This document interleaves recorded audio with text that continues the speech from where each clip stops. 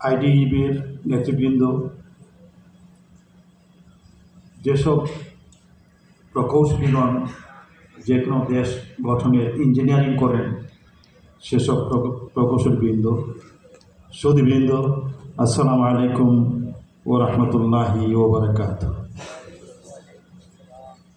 আমি প্রথমে ধন্যবাদ দিচ্ছি যে আমাকে আমন্ত্রণ জানিয়েছেন। আমার এটাই প্রথম আসা এই প্রাঙ্গণে।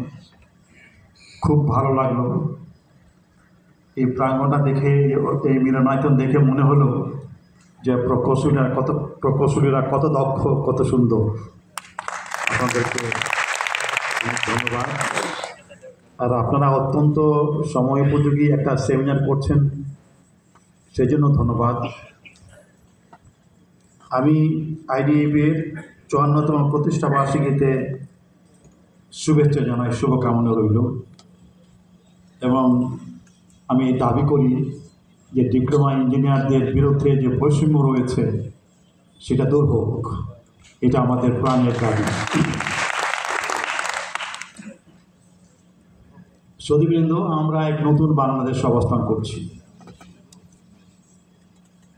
এই বাংলাদেশের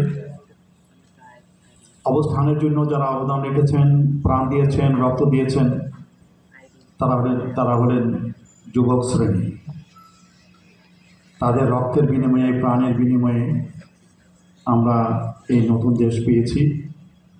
নতুন দেশ আমি এই জন্য বললাম যে দেশ তো পেয়েছি 71-এ, কিন্তু এটার জন্য আবার নতুন স্বাধীনতা, যেন নতুন দেশ, নতুন বৈষম্যহীন দেশের প্রত্যয়ে আমাদের এই নতুন দেশ, সেই জন্য নতুন দেশ আমি বললাম।